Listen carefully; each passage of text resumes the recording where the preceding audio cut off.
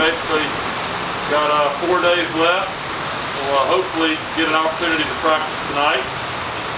And then tomorrow is kind of a team day, just with meetings, a couple team activities. And then Saturday is our final scrimmage of fall camp.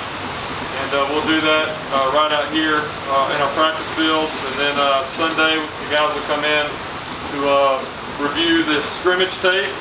And that's it.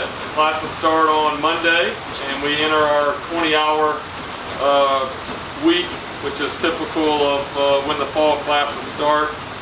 It's definitely been a different type fall camp than most, obviously with everything going on with COVID and the protocols and the changes that we've kind of had to make to our schedule and routine. Just for example, every day after practice is over, we alternate and we send one group. Maybe we'll send the offense up that day first to the locker room to shower and change, and the defense will stay underneath the tent for about 30 minutes and let those guys shower, and then the defense will go up after them. And that way the offense can go eat lunch with half the group first, and then the defense is behind them. And so just everything that we do, same thing whenever before practice, to get the guys dressed and taped, we have to alternate that with our meeting times and with the meal times. So it's been a lot of coordination, but I am very pleased and proud of our players, our coaches, support staff, facilities, everybody that's helped during a challenging fall camp.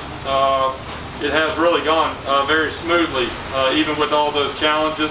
I think with our players, I have seen some good improvement this week, and this is really always the toughest week of fall camp. As you get into that second week and just kind of the grind of the practices and the contact and all that stuff that goes on, and just get a little bit of mental fatigue. And I've seen our guys do a good job of pushing through, and so I want to continue to see that improvement here over the next few days as we finish up. I'm sure nobody was going to ask about our schedule, so I'll go ahead and address that. We are very close to having our non-conference games finalized, and really excited about the potential opportunities that we have ahead of us. And I just don't think that it's appropriate for me to go into any specific details before we actually have signed contracts and the ink is dried and all those type of things. But our goal from the beginning was to be able to open up the season, or once we maybe found out a few of the games were going to be canceled. Our goal was to be able to open the season at Raymond James on September the 12th, and I'm confident we're going to get an opportunity to do that. And then just as opportunities have come up, maybe to go on the road September 19th for our first road game. So myself and Michael Kelly and Ulander Wells have really talked probably 3 to 4 times a day for the last 3.5 weeks. There's probably been 15 to 18 different schools that we've talked to, and just a very intricate web that everybody has deals they have to work through. But I feel very confident at the end of the day we're going to give our players a great start to the season with our non-conference scheduling. And personally, and I know that Michael Kelly shares the same belief, but I'm a big believer in playing some big time games. Our players work extremely hard, and I really think they deserve an opportunity whenever the schedule allows to be able to play on some really big, unique stages against some of the best teams in the country. And I think for them as players to be able to showcase their skill set, that's important.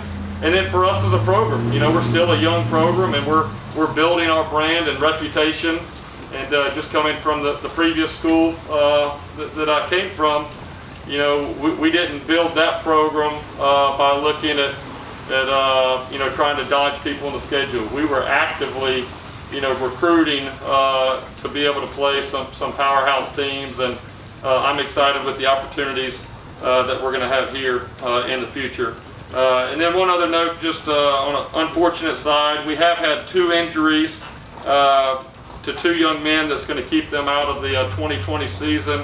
One of our long snappers, Andrew Beardall, tore his ACL during one of our practices, and then one of our freshman defensive backs, AJ Hamilton, had a shoulder injury from high school, and we decided to go ahead and get that taken care of. He actually had surgery today, and that went very well. So unfortunately, those 2 young men will be out recovering from their surgeries this season, and look forward to having them back in 2021. So with that, I'll open it up for any questions.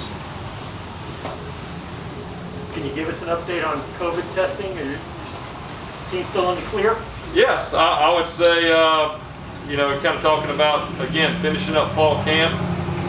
We did receive great news that we tested all of our players and coaches just like we did the week before, and we had the same result with 0 positives. So to really go 2.5 weeks in fall camp where, we're all around each other, 14, 15 hours a day, that's a really positive sign. And, like I've told our players and our coaches, it's everybody's responsibility. And not only while we're here and wearing the mask and following the proper physical distancing and those type of things, but also whenever we leave campus and go back our players going back to their apartments that are all off campus, and obviously our coaches as we go back to our homes. And the next challenge obviously will be now that school's getting ready to get started and there's going to be more students on campus. That's the team that handles that the best this year will, I think, will carry over into their opportunities to be able to play in the fall. But so far we've done really well here these last 2 weeks. Latrell Williams not on your extended injury list, but he did have a boot the other day in practice. Can you give a status update on that? Yeah, we think he's going to be able to get back soon. It really was kind of a sprained ankle that he had in one of our early practices, and he had a really good first 2 days, and then he sprained that ankle, and he's been kind of in that boot just for precautionary measures, but we feel he's going to be just fine, and hope to get him back early next week. Jeff, you of course take things one day at a time. That's your message. Still, the fact that you're going to be taking off at Raymond James 3 weeks from Saturday, that's, there's a sign that there's a light at the end of the tunnel, and then maybe the guys are getting anxious and excited to really get going in earnest, I guess. Yeah, there's no doubt. As I looked at the calendar, I kind of had to add that up a couple times to make sure that it really was only 3 weeks from this Saturday. So I think you can see that in our players, just on their face, and coaches and everybody, that, hey, we're 3 weeks away from getting an opportunity to play. And so there's no doubt that I think that it brings some good energy and maybe kind of renew the spirit a little bit as you're going through fall camp. But also it's a daily reminder to our players that, we're not guaranteed to be able to play that game. We still have, 3 weeks to go, and we have to continue to follow the proper protocols and guidelines. And, hopefully if we do that, we'll get an opportunity to kick it off. Without going into specifics, Jeff, do you anticipate being able to play some big-time non-conference opponents this year in your preseason? Right, without going into any details. I mean, without saying you're going to play Notre Dame. Right. All right, this is like the game where they buzz it when you say the word. You got to describe it without saying the word. Buzz right there. I could just say this. I've shared with our team our potential non-conference schedule last night in the locker room before we went out, because I knew that there were certain rumors starting to get out there a little bit, which is natural when you're dealing with scheduling. And I wanted the guys to hear from me. And again, I told them there's no guarantees, but this is kind of where we're headed right now. And it was the best practice that we've had of all fall camp. Great energy out there last night. And but I'm going to go back to what I said earlier, where we've literally talked to somewhere between 12 and 14 schools. And I would say that we probably thought we had deals done with probably 6 or 7 of those, and it didn't work out. So, it's no guarantee until everything gets worked out. But I am optimistic that we're going to be really proud of our September schedule. These last 2 practices have been moved from the morning to the evening. Maybe now you're starting to find that flexible scheduling without an indoor practice facility. How are you handling that as a head coach? Yeah. Well, one thing is when I was thinking about the importance of an indoor practice facility, the first thing that comes to mind is the rain, right? Getting out of rain and lightning. But what I've learned after practicing for the last 2.5 weeks, I really enjoyed at Clemson being able to go in the indoor on certain days when it was just extremely hot, and you know there's certain times that you want to put your guys through that. Then there's also certain times where you want to maybe take the sun off of them a little bit and be able to execute and do a few other things. So there's no doubt that we're looking forward to that time when that time comes. But right now, really us going in the evening. Yesterday, I guess, get my days straight, we were going to go in the morning, but we're going to do a little bit of scrimmage work, and there was some lightning there, so we did push it. And today we decided to do it as well, just because we're not going to practice on Friday morning. And also it's good, we get in a routine where we're practicing every morning. It's good to change it up a little bit, just kind of break up the monotony overall. But we've been very fortunate, to be honest, with the weather so far through fall camp. And I did learn that it is hot even at 10 o'clock in the morning here in the area. But it's been good for us as well. I mean, there's a part that you just literally have to go out there and you have to go through it. And that's just kind of part of paying the price and getting in shape for the season. So, our guys lifted outside for, 4 weeks before we ever started fall camp. And so I think that's really helped us as well.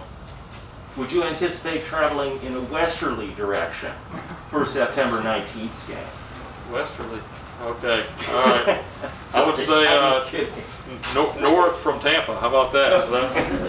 No, like I said, I think in due time everything will be released whenever that's appropriate. And I'll just leave it at that. Jeff, aside from trying to clean up all the penalties, what else are you looking for Saturday? Yeah, I would just say overall consistency. We've had our moments offensively and defensively, and there's just kind of been some really good drives, and then kind of go in a lull where you have a couple 3 and outs in a row and don't quite have the energy, and then come back and finish. And then same thing defensively. There's been certain times where we've done a great job against the run, and then there's been certain times where we haven't. And I think overall it's just the consistency that you want to see as you're getting closer to being able to play, and that's really what I'm hoping to see the most Saturday is from both sides of the ball plus special teams, just a little bit more consistency in the efficiency and execution. Jeff, it seems like you're keeping your players pretty well informed in regards to this schedule. Is there a rule, an unwritten rule, as far as don't ask me, I'll tell you? Are they chomping at the bit? No, they've been good, and it's not just the schedule. The schedule is 1/10 of the pieces of information that we've been giving them, and this is just such a different year, right? Obviously, that's an understatement of the year, and so with everything that's going on, I've just told our guys, hey, I'm going to try to be as transparent as I can. One of the key kind of founding principles for our program and the culture that we want to have within our program is communication. And anytime that I have information that could help them, I want to be able to communicate that, and that helps build the trust and respect. And when you have a new coaching staff and a new group of players, I think that's an important part of the process. But we're all going through this for the first time. It's usually coaches have been doing fall camp for a long time, going through, and you got freshmen, you got kids going through stuff for the first time. But literally, this is one of those years that all of us are going through day to day for the first time. And I would say that I feel like we've come closer as a team, not just coaches and players, but even the players with each other. And that was something that was really important to me that I felt like needed to be improved. And so in a strange way, sometimes when you face extra challenges or adversity, it has a built-in opportunity to really create good chemistry and relationships. And so that's probably been one of the positives of the challenges we've had here over the last few months. In the backfield last Saturday, a lot of talk about Kelly Joyner, a lot of talk about Darian Felix, but one guy that wasn't really brought up was Johnny Ford. Played a little bit of running back, a little bit of wide receiver last year. What are your plans for him this year and how he fits into this? Yeah, Johnny's done a good job. You know, he's got a different skill set maybe than those two guys. He's very elusive out of the backfield, and you know, he can do some things like you said, catching the ball out of the backfield, and you know, some of your speed sweep game, things like that. You know, he's been banged up from time to time. He was able to go last night and had some really nice runs there last night. But I would say he's very much in the mix with those other. You know, we really look at those three guys as guys that we feel like are going to play a lot and that we can win with, and you know, have a chance to be really good playmakers for us. You see him being more of is his home being in the backfield with the depth that you have? He's been at running back exclusively through all the fall camp. But, you know, just within the scheme of what we do, you know, getting the back out of the backfield, maybe lining them up out of the backfield, things like that. But still, from a running back position, you know, certain guys, you know, are able to do a little bit more of that than maybe others. Jeff, I don't know if it's possible with your numbers, but would you like to try to award a couple walk-on scholarships? Yeah, we have, and maybe I'll announce that coming up here soon. I really want to get this when school starts, but we have done that, and I've notified those young men, but maybe I can update y'all once school starts, all the paperwork and everything signed and official. Jeff, how concerned are you? I mean, playing big-time competition has advantages, like you said. But how concerned are you about playing a big-time team and not playing well? What impact that could have? Like last year, there were a lot of reasons for this team not doing well. But they got obliterated by Wisconsin. So again, that can't help your confidence. How concerned are you about that? Well, I guess maybe just the way that I'm wired, I don't think that way. You know, as a coach and just person, I always see a lot of the positives. Obviously, that you got to take everything into consideration. But I've never gone into a game in my entire coaching career or playing career that I didn't feel confident that we had a chance to win the game. And I think if you don't feel confident or have some belief as a coach, then your players are going to have zero chance for that. So, you know, I don't really look at that. I mean, each game is a learning experience and an opportunity, and I know, obviously I'm aware of other games and situations that have happened in the past, but, you know, really for myself, for our staff, for our players, it's a new beginning. Life is full of new beginnings, and every week is going to be a new beginning, and there's going to be opportunities, things to learn from, and you know, there's a lot of different options that you can take in your scheduling, and this was one of those years that we had plenty of different options and strategies. But at the end of the day, you know, I wanted, and I think our players wanted an opportunity to you know, really have a chance to play on a big stage and have great opportunity to show their skill set and see where we are as a team. I mean, that's kind of where we're going to be year one. I have no idea. I haven't personally coached against, you know, definitely as a head coach against any of the teams in our conference. I mean, I don't know until I get out there and play them where we are. And really our focus has really just been on our guys and seeing our guys improve every day. But, you know, I'm sure it's not going to be perfect as we go. But, you know, I think big picture, you know, I think there's a lot of advantages that can come from playing in some of these games. Anything else? All right.